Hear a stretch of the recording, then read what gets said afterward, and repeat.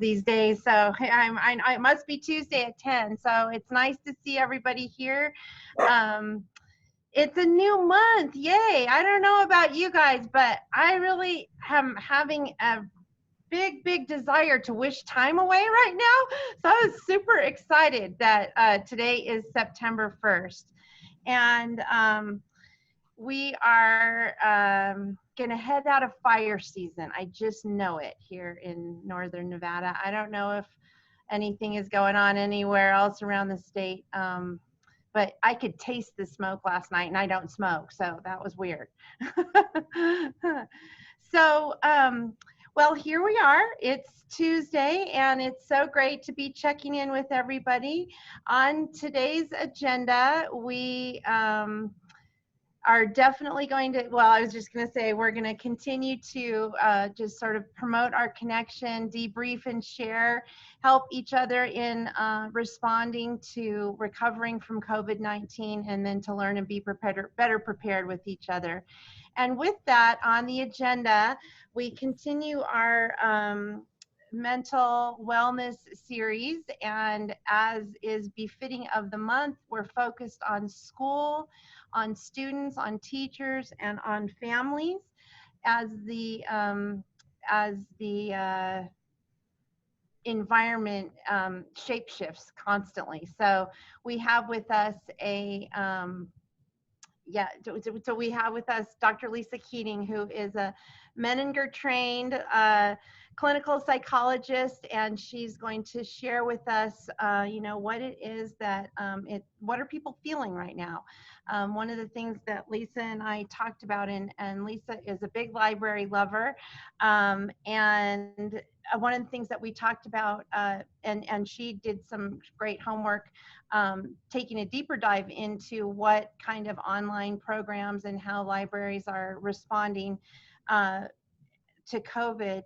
And one of the things that Lisa noticed is that there isn't a lot of discussion about helping people to really kind of see psychologically what it's like to be a parent or a kid or a teacher right now. And so that will be the focus of the next 3 weeks.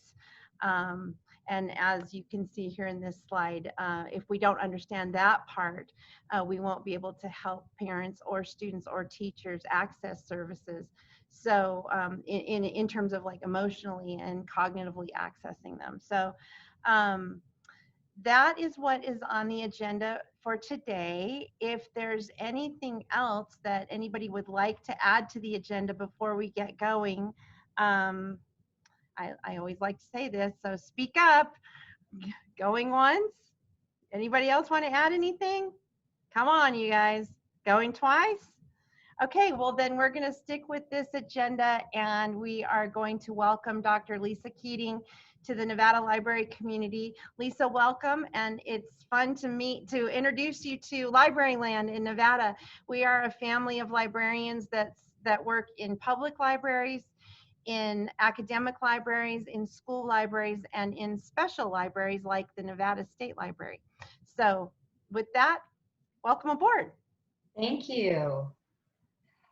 As Tammy said, I looked on the different websites with the different libraries in Nevada. There's great information out there, and there is nationwide too. A lot of people are really putting information out there to help kids learn, to help parents teach their kids, to help teachers teach better. There's tons of great information. What there isn't a lot of is promoting an understanding of what it's like to be a kid right now, and how to help them, how to interact with them in ways where they will take you in, where they will take the help. And so I think if we don't understand what it's like to be a kid right now, despite our best intentions, kids aren't going to take what we have to offer them in some cases, because they're not feeling like we understand what it's like for them to be a kid. If any of you have kids, which I am reminded daily that I do not understand what it's like to be a kid right now. And you may be hearing the same thing. So I think it is there. they are having a different experience than adults are, and we really need to understand that. So what is it like to be a kid right now? We're going to talk about 3 different age groups. We're going to talk about kindergarten through 5th grade. We're going to talk about middle schoolers, and we're going to be talking about teenagers. So what it's like to be a kid right now is that you already, when you're a kid, if you can kind of get into those memories of being a child, you already feel like your life is not under your control, that your parents are dictating your life, teachers are dictating your life. So you already feel like you don't have any control. And now there is this COVID virus, which you may or may not be able to even get your brain around, depending on how old you are. And now the things that you did feel like were predictable in your life, a daily school schedule, a family schedule where everyone comes home from school and work, and we have dinner, and we do homework, and we have a bath, all of that. Most of that is turned on its ear for most kids. So even feeling like you don't have control over your life, things have gotten a lot less predictable for kids. Now they don't have their whole social world, which is the structured school environment that they had come to understand. And the adults in their life are different. They're shakier. They're less predictable too. So kids are having a harder time with COVID overall than adults are. And I think a lot of adults just aren't aware of this. So if we don't understand this, even our best intentions of trying to be supportive, trying to give them information, they're going to tend to reject it or dismiss it. They are not going to take it in if they don't feel that we understand what they're going through. But also, if we don't say it in a way that meets their developmental needs. So today and in the next 2 weeks, we're going to be talking about how to talk with them and interact with them in ways that can hopefully get their brain calmed down and get them to take you in and to learn better. So we're going to back up here a little bit, and today we're basically going to be talking about what kids and teens are going through right now, because again, this is just kind of the foundation of what we need to understand. So COVID-19 is sparing most kids physically or medically. Kids aren't getting as sick as adults, and so we may think that it's not affecting them as much. However, as time goes on, what we are learning as psychologists and what the CDC is learning is that the mental health of kids is declining as the months of this go on. And why is that? Well, if we think about what's happening in their worlds, they're getting less time with friends, less eye contact with people. Kids are very dependent upon eye contact with their peers and from adults. They have less physical closeness with their friends. If you see kids at school, they're all packed up with their arms next to each other. They're touching each other, their arms around each other. So they have less physical touch, which they're very dependent upon.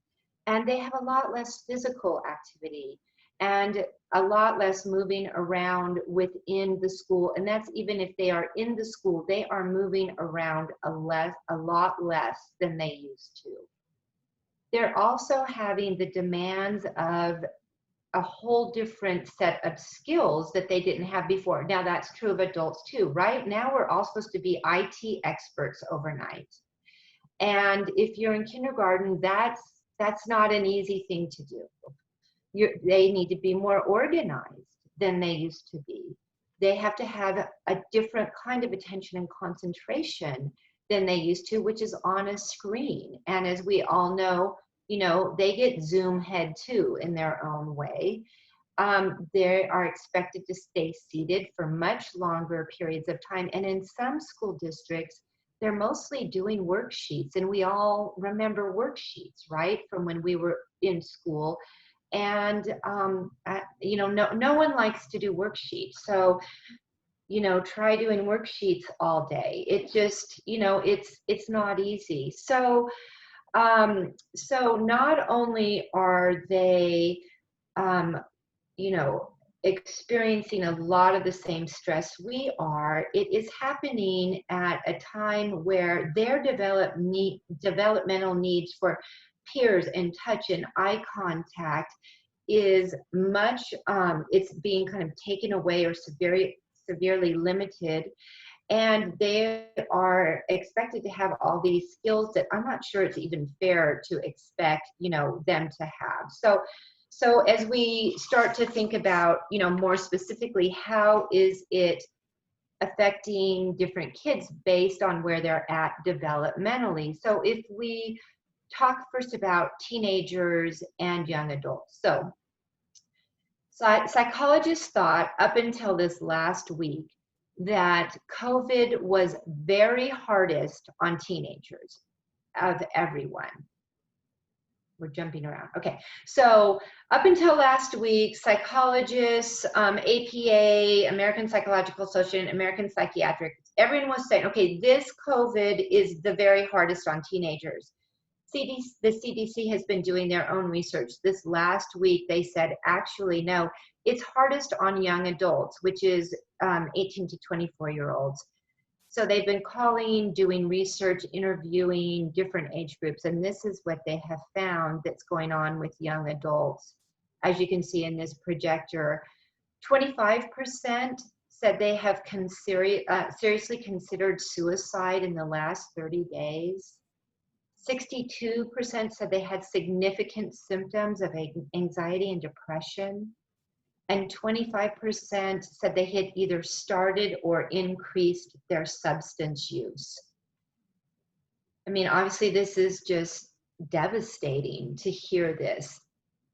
So why is it so hard on this age group? And there's three reasons, really, and it's kind of where they're at developmentally.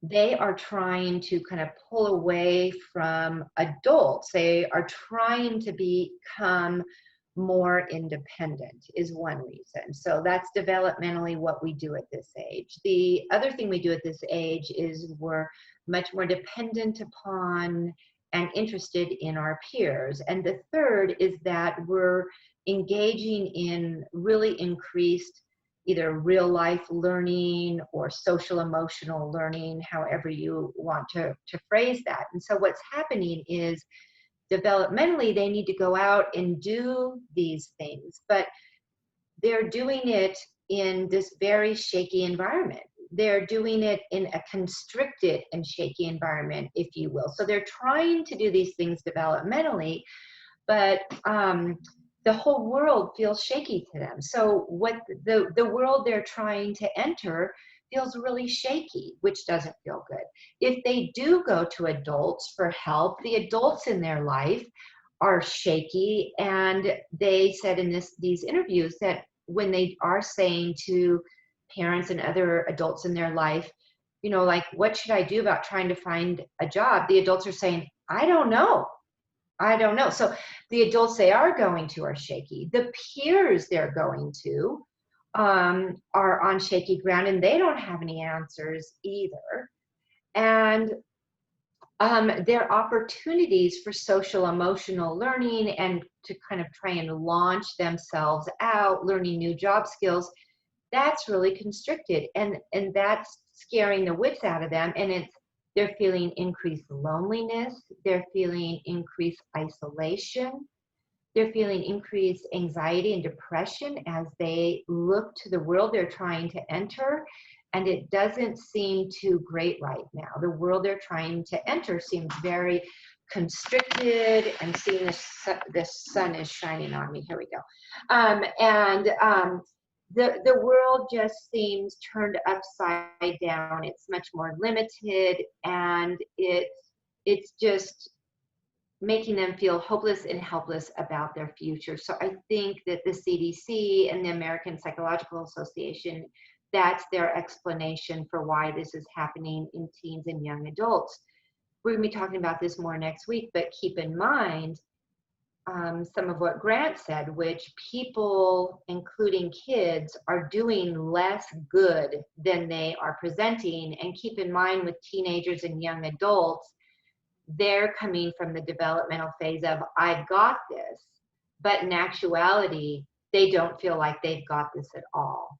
They're scared to death about trying to enter this very unpredictable and shaky world.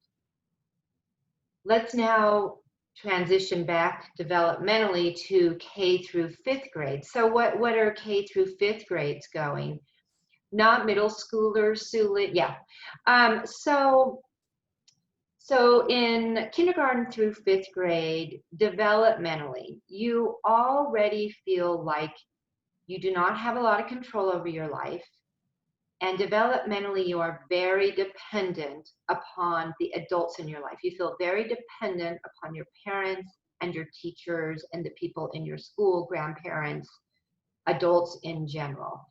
So keeping in mind that the adults in their life and the school environment in their life already feels very shaky and very different.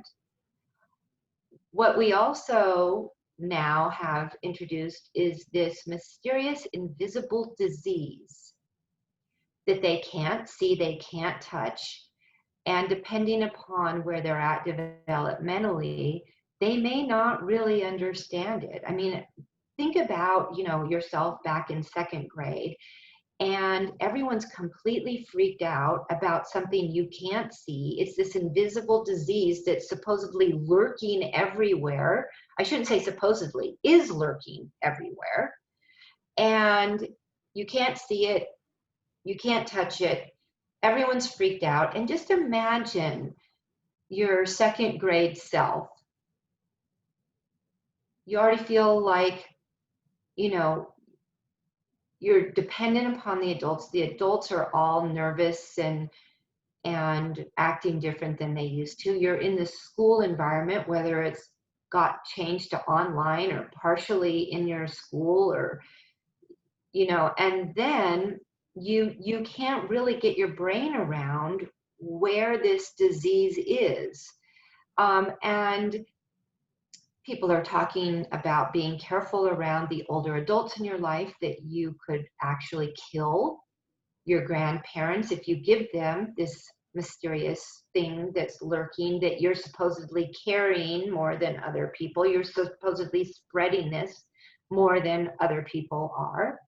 And you could potentially be killing your grandparents, your aunts and uncles, older people that you love.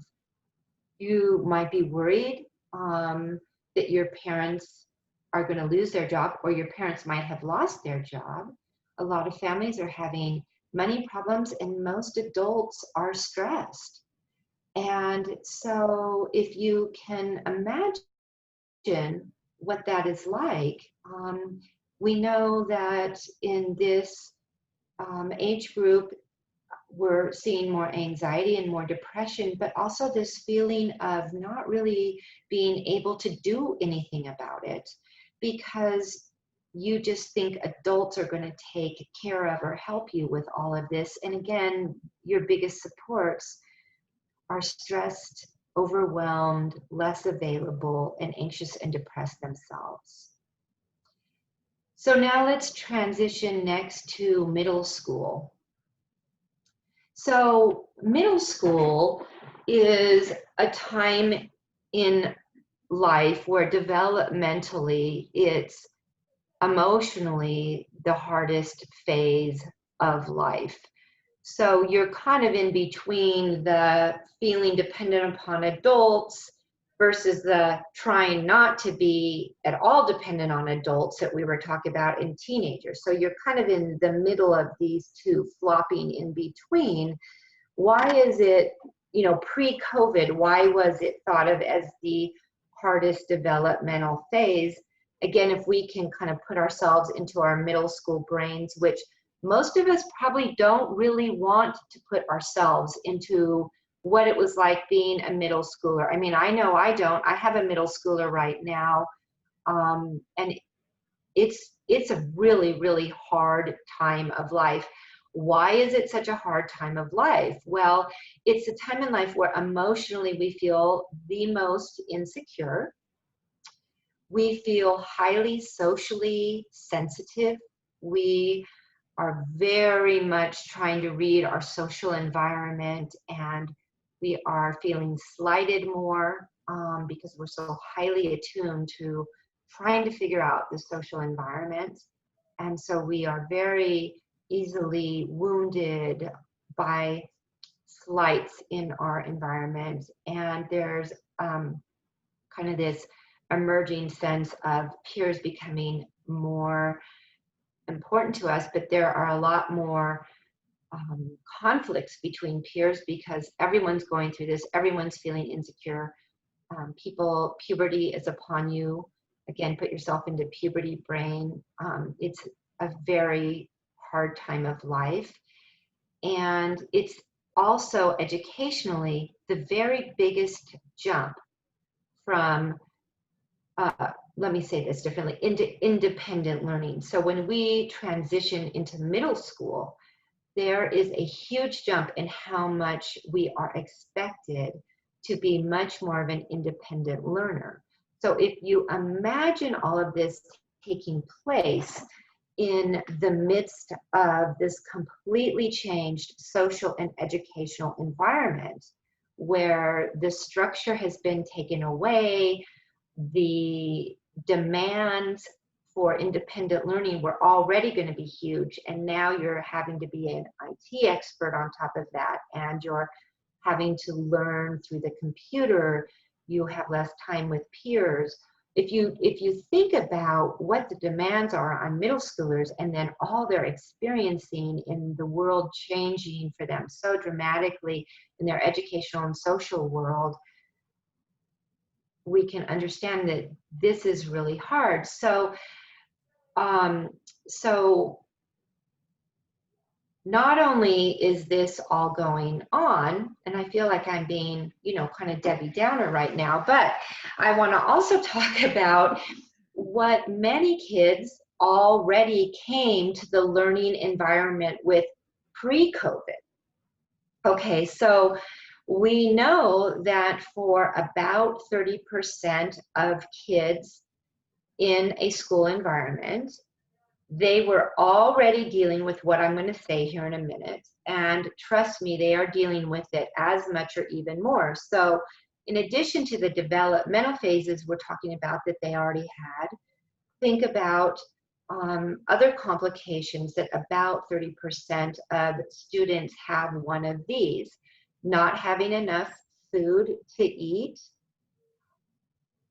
and many were getting or are getting their breakfast and their lunch from school every day. I think most districts have figured out how to still get them food, but I don't think that I think that you need to consider that is a reality. They may not be getting enough food. There's increased stress in many homes before COVID, and there is abuse in in a large percentage, in about that, think of 10 to 30% of kids, and guaranteed in stressed homes where there's abuse and neglect going on, which is about 30% to some degree. Imagine that there's more stress and more abuse going on in those homes.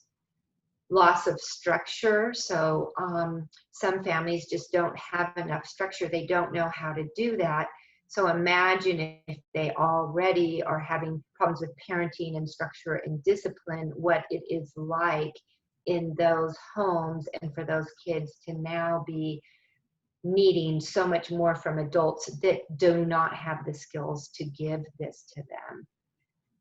A lot of kids who had anxiety and depression pre-COVID, which is about 10% of students had depression and anxiety pre-COVID. Imagine that what this is doing to them. And what we know it's doing to them is kids who had OCD, depression and anxiety, and anger problems pre-COVID are experiencing significant increases in these symptoms. So kids with OCD are really having a hard time with this, and more kids are starting to have some mild symptoms of OCD. About 10% of students have some type of learning disability pre-COVID. So that was already a struggle. And now with COVID, they're most likely getting fewer visuals if they're doing online or partial learning online. They're getting less hands-on that they need. And they're potentially getting less time with their learning aid, the woman who helps them or the man who helps them with learning. They are most likely getting less one-on-one hands-on help. There are hearing and vision issues that were there before COVID, but are of course going to be affecting them even more with the current learning. There's executive functioning and attention deficit issues, which what we know of kids that are having executive functioning and attention deficit issues, they have less well-defined attention and concentration. They struggle to break down tasks. They struggle to plan for tasks. They have problems with impulse control. They need to walk around a lot. None of that is conducive to this new learning environment. And again, not only is it not conducive to this learning environment, they are having to learn new skills at the same time. So if you think about all of this, it's important to think about it might not just be the stress of COVID, that upwards of 30% of the kids and families you're going to work with are also dealing with issues that impacted learning pre-COVID, and they're going to most likely have dramatic increases in whatever type of the issues I just stated. They're going to be much more significant than they were pre-COVID. So how can we kind of start to understand what is going on with a child? Well, I'm going to just kind of tell you how you can figure this out, and what, particularly with younger children, but with all age groups, all children and teens, they don't. None of us are great about putting our thoughts and feelings into words, but particularly with children and teenagers, their brains and their social emotional intelligence haven't developed that they can put their thoughts and feelings into words. So they tend to show us more how they are feeling. So we're going to break down, if we can go to this slide, of acting out versus acting in. So kids are going to show us how they are feeling and what they are thinking and what their experience in the world is like right now for them. Some of these behaviors may have already been how they communicate, and it's just much more significant now. But what I am hearing a lot of is an emergence of acting out and acting in behaviors that parents are saying, my kid did not used to act like this. I don't even know where this is coming from. They didn't used to do this. Okay, so what are these? So let's first talk about acting out behaviors, and what are parents say that they are seeing, and what are you potentially going to be seeing when you are interacting with them. More temper tantrums, refusing to work, putting their head down on the desk, not listening, irritability, being disrespectful, tapping or hitting the desk, being disruptive, and substance use. And these are the behaviors that teachers and parents are seeing a lot more of, acting out behaviors than they used to. And this is telling us what? This is telling us I'm overwhelmed, I'm frustrated, I'm pushed past what I feel I can do. I'm overwhelmed, I'm angry. And so if we take these behaviors as their signal to us that they are telling us something, and what they're telling us with acting out behaviors is, I'm overwhelmed, I'm angry, I'm frustrated, I don't get it. I am pushed way past any skills I had. That's where I'm at. So one of the things all of us do is pay less attention to acting in behaviors. So what are acting in behaviors? Acting in behaviors are difficulties with sleeping and eating, including there's a dramatic increase in eating disorders right now in middle school and high school students. Crying, we're seeing a lot more crying. Distracted and feeling unmotivated. I know with my teenager, I'm hearing a lot of, I just don't care. I just don't care. I just don't want to do this. Distraction, sadness, increased cutting, headaches, stomach aches, thoughts of suicide. So we, as adults, are less upset by these behaviors than we are with acting out behaviors, but they are just as important, because what I would imagine you're going to be seeing as librarians is people putting their heads down on the desk, crying, frustration, feeling unmotivated, feeling unfocused, they're spaced out. So what are these acting in behaviors telling us? They're saying, I'm overwhelmed, I am sad, I feel hopeless, I feel helpless, I'm scared, I'm nervous. This all feels so out of control. I'm completely overwhelmed. I can't begin to learn right now. I can't take this in. So in all, with both acting out and acting in behaviors, this is what gets in the way of kids being able to learn right now. We can have the best interventions, the best online learning. We can have all of this. But when kids are feeling like this and they are caught up in acting out and acting in behaviors, we need to understand where they're coming from and how to help them. Not that you're going to become a child therapist overnight, but in the next 2 weeks, we are going to be talking about some ways of interacting with them to help them get their brain and their central nervous system quieted, and to talk and interact with them in ways where they will take you in. One of the things that we all do is, particularly with acting out behaviors and some of the acting in behaviors, is we get into our judging mind, because I'm just going to say it, it's annoying. You're trying to help them and they're being obnoxious. And we can very quickly go into judging mind. You know, they have bad parents, they're a bad kid, they don't care, I'm working so hard. And what helps me, and I think helps most therapists and teachers, is if I can catch myself when I'm thinking like that, get real grounded and go to just a very simple way of thinking.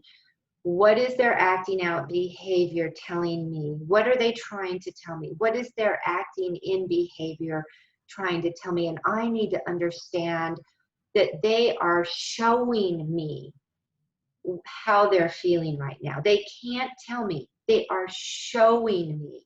And so I have to take in their behavior as that they are trying to communicate to me what it is like to be them right now.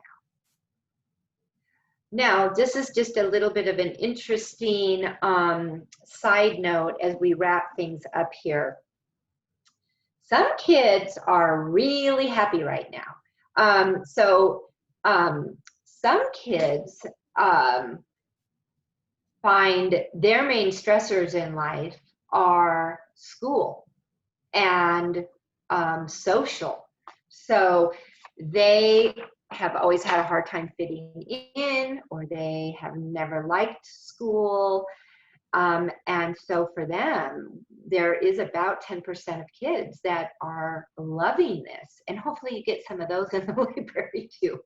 So some kids, about 10% of kids right now, are having less anxiety and depression because, you know, the things that were causing them stress just went away. So they're loving it. So I know this was somewhat of a downer. I promise we're going to be talking more about, you know, kind of how we can help and all of that, and it'll be more uplifting in the next 2 weeks. Well, it's all super helpful. Thank you so much, Dr. Keating. Does anybody have any questions or anything they'd like to address directly right now, either in the chat or? One of the things I wanted to share a statistic with everyone, especially as you were talking about the suicide rates in young adults and adolescents, and how they may be feeling going back to school. We have data from the Nevada System of Higher Education, and it suggests that there was an average of 12.7% increase in course withdrawals at Nevada's community colleges in the spring of 2020 compared to the spring of 2019, and 6.3% in course withdrawals at the universities. So the percentage of withdrawal grades as a share of all grades also increased in the spring of 2020 compared to the spring of 2019.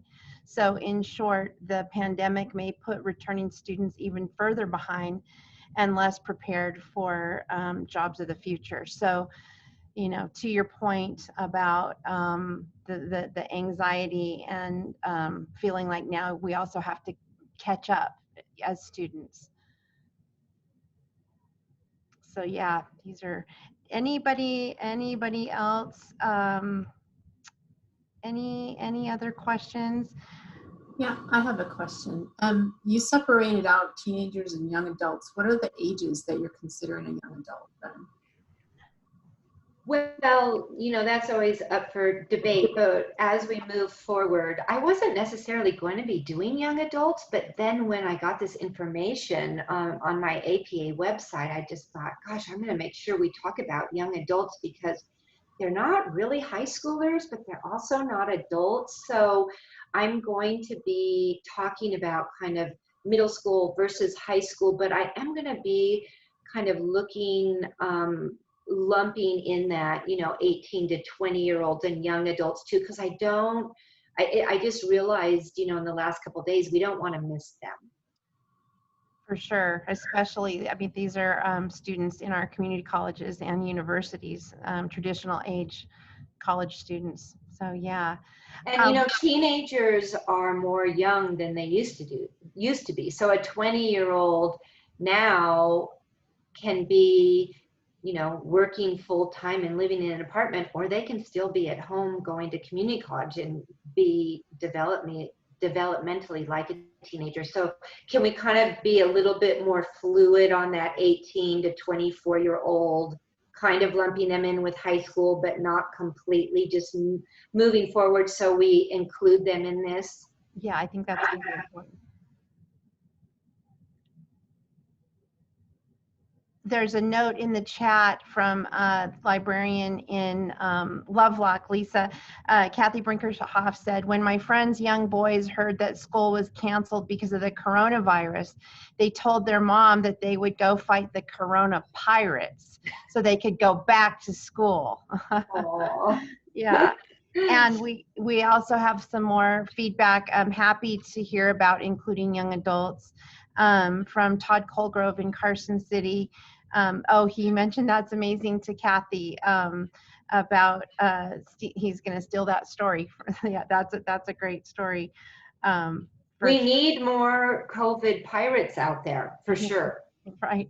The translation, wear your mask, right? Yeah. And wash your hands.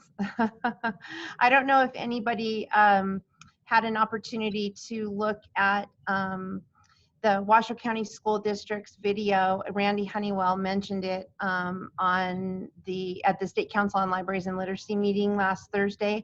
But the Washoe County School District, there's a 2-hour presentation to the school board about how they've prepared elementary, middle, and schools, literally prepared the spaces and the protocols and PPE and the scheduling and all of those kinds of things.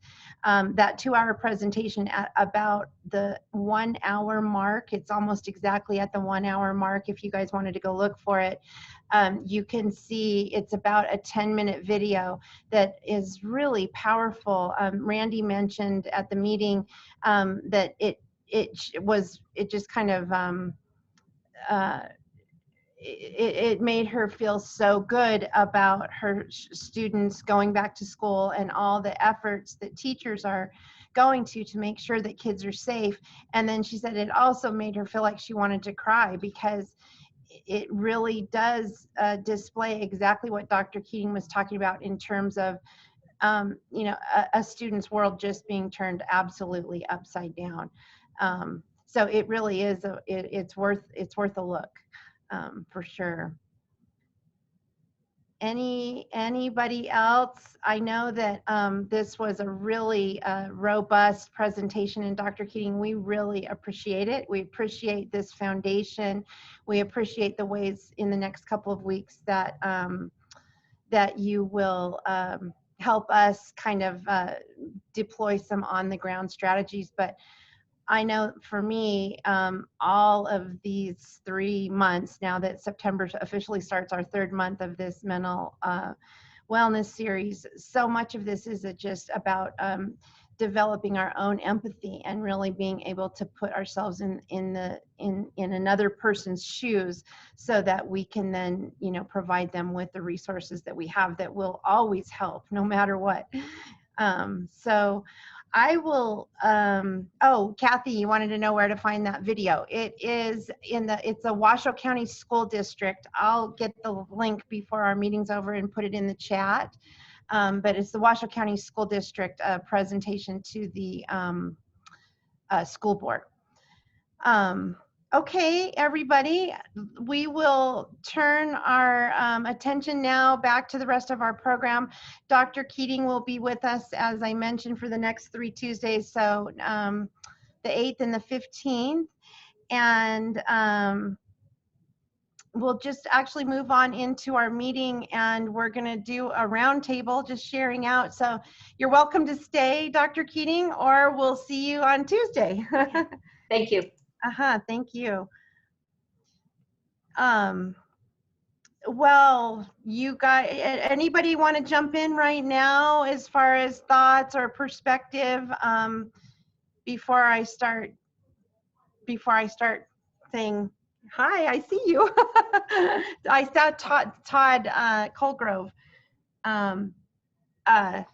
pop on. I don't know if you had something to share. And we have a question about what's the latest update from Douglas. And I saw Amy, she's here somewhere, so Amy could speak for herself. So if you don't mind, Tammy, I'm going to pull back because our colleagues right now have more important things to say than I do. Okay. I'm learning it's a mistake to decloak too soon. Okay. But other than I do want to clarify that that the comment that you attributed to me in chat, although I'd like to claim it, it came from Tina's iPhone. I'm not sure which librarian or library staff member that might be, but it's not my good work. I'll steal it if I can. No, you were saying that you were going to steal Kathy Brinkerhoff's story. Yes. I will totally steal her story. I mean, yeah, that's just amazing. Yeah. I'll check back in just a minute then. Okay, Cool. Amy Dodson, how are you Hi. in Douglas County? Good morning. Hi, Tammy. Hi, everybody. Well, the update about the whole diversity statement and everything, we had a board meeting, a library board meeting last Tuesday. And big thank yous to Tammy and Todd for attending. We had some special guests in addition to Tammy and Todd, including Nevada's Attorney General, who was fabulous, and someone from ALA's Office of Intellectual Freedom. So it was an interesting meeting. The bad news is that the library board has voted to launch an investigation. And every time I say that, somebody says, what are they investigating? There's really nothing to investigate.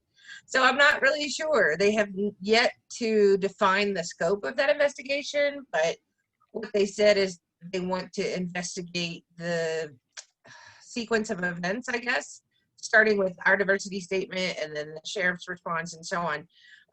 But almost everyone who has seen that says it sounds like something a little more nefarious than that. So they're probably investigating me. I hope they're not going to try to investigate the staff. It did mention the staff in the agenda item, but they don't supervise the staff, so they don't have any jurisdiction over the staff. So I hope that they're gonna think twice about that. Since that time, in the last week, I've received probably 100 emails saying, you know, that the investigation is pointless and a waste of taxpayer dollars.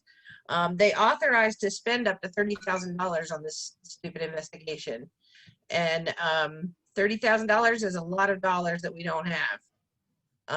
Just like everybody else, you know, we're under a budget crisis. So I think there's a couple of reasons why they shouldn't do the investigation. Not that I have anything to hide, it's just that there's nothing to investigate and we can't afford it. So that's kind of been the big thing on everybody's minds in the last week. I can tell you the staff is really upset about it. They feel like they're being dragged into something that, you know, they shouldn't be. And they also feel like they've been kind of criminalized. You know, they feel like people are, well, the board is treating them as if they've done something wrong, which they haven't. So I wish I had happier news, but that's the reality of it. And I'm just trying to relay all of the public comment to the board and hope that maybe they'll reconsider. Once they voted for that last week, one of our board members resigned on the spot and said she wants absolutely nothing to do with this investigation because she was completely opposed to it. And so she resigned. So we're missing a good board member now. So I don't know what's going to happen with that and, you know, who they're going to replace her with. I think that's all I know.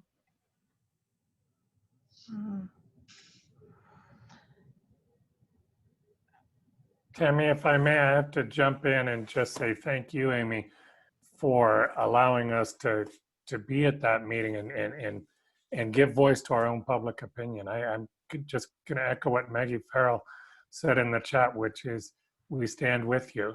And I just want to share with the rest of our library colleagues how Director Dodson heroically, in my opinion, defended her staff. She was not saying there shouldn't be any investigation. She was not attempting to control what the board was doing, but she was trying to make the point that there aren't monies to do this. And even when you go forward with it, investigate me. This is not about my staff. My staff were already demoralized. We're already trying to hold it together, even though I don't know what percentage, the number of staff positions that you're down right now, Amy, but if it were the Carson City Library, it'd be nearly a third of our staff are not, those positions are empty and the remaining ones are working their hearts out and they're subject to this investigation. Again, all of our hearts just literally bleed to hear the stories of what are going on there. And thank you for your support of libraries and library staff. We're all pulling on the same rope. So thank you. No, thank you, Todd, and thank you everybody for all of your support. I keep getting emails and messages from you and from librarians all over the country, really, and it's the only support system I have, honestly. And so I make it a point to read the positive messages before I quit for the day, just so that I can end on a positive note. But thank you very much. I don't feel that I'm doing anything special. I'm just doing my job. And that's the way I felt when I wrote the diversity statement too. I honestly didn't think anybody even read our board agendas out there in the world. So anyway, but thank you so much, and thank you for your support. And thank you, Todd, for all the great things you said in the meeting that day. I appreciate it. As I said, Amy, in my comments, that we are ready and to help the board with board development and to help facilitate any kinds of conversations. And I don't know what kind of input that you will have on the scope of the investigation or any of those kinds of things, but please let them know that the state library was on board to help facilitate conversations right from the very beginning. You and I had that conversation about maybe a way to kind of de-escalate it would be to go ahead and begin to have community discussions, and I reiterated that in the meeting. So hopefully some good questions about all of that will also be illuminated in the process of all of this, because certainly whatever findings are provided will have a lot of context, and so the board and the community will have opportunities still to have good conversations, and hopefully that will be a good outcome of what's just incredibly difficult. So Thank you, Tammy. yeah, I really appreciate it. yeah. Oh, so there's a question on here. Jeff Scott is asking whether or not the state library is going to ask the Attorney General to look into the separation of powers between commissioners and board of trustees. And actually, that was advanced under Todd's leadership, that question. Tammy, if I can jump back in again, because I guess my name is Badinsky this morning, but I have to agree. Thank you, Jeff, for asking that question.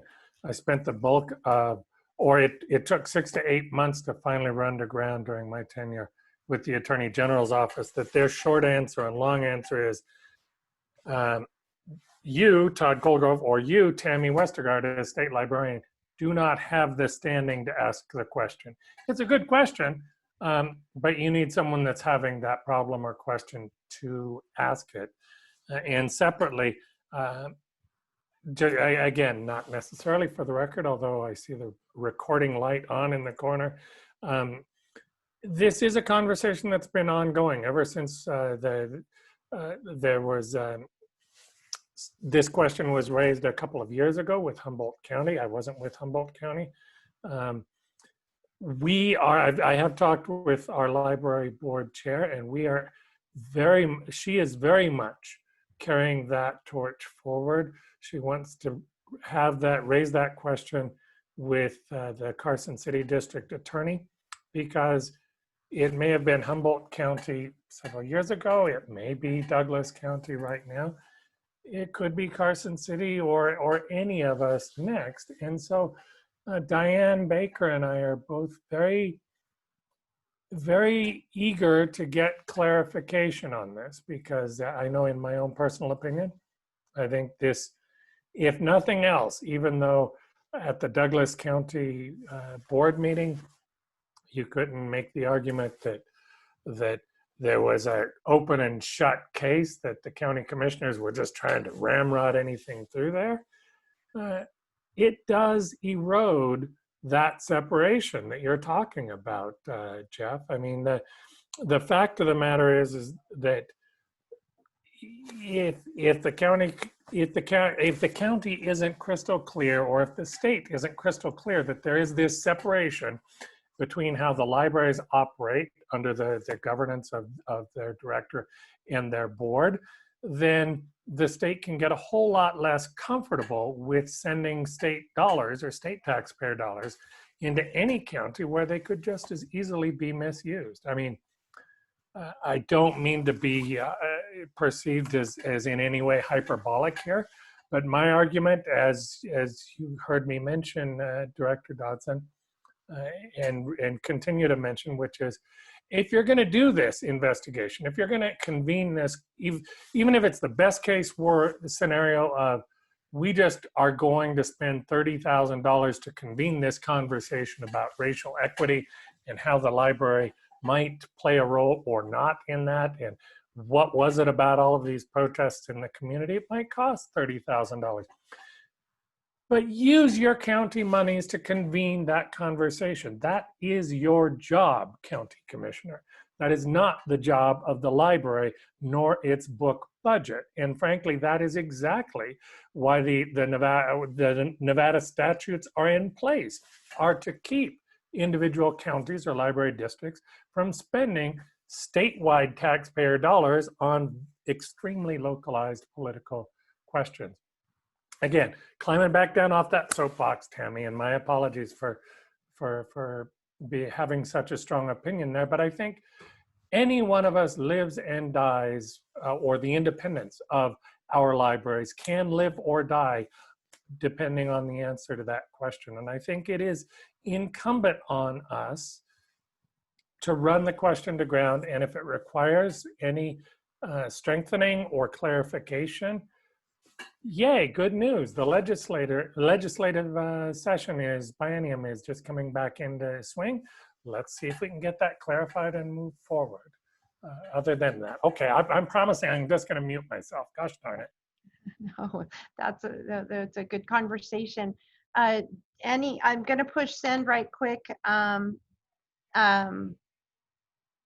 Kathy in Lovelock, I just put the link up there to the Washoe County School District. Like I said, that video is at almost just exactly the 1 hour mark.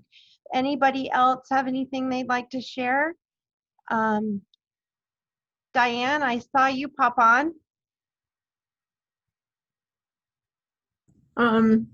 Yeah, just backing up, some of the things that, we haven't been had an active conversation with regard to the powers of the library board and ensuring that those powers aren't eroded. And as Todd did say, the state library and whoever is there, it's not authorized to start that conversation to the AG. So that we did talk about it briefly last week. And I think I had mentioned that we would look to see about Carson City pursuing, and that's where Todd has continued that conversation with our library board chair. I do have a concern that over time some of the powers and responsibilities of library boards have been eroded potentially, and that's something that needs to be shored up. And rightly said that Jeff had mentioned that.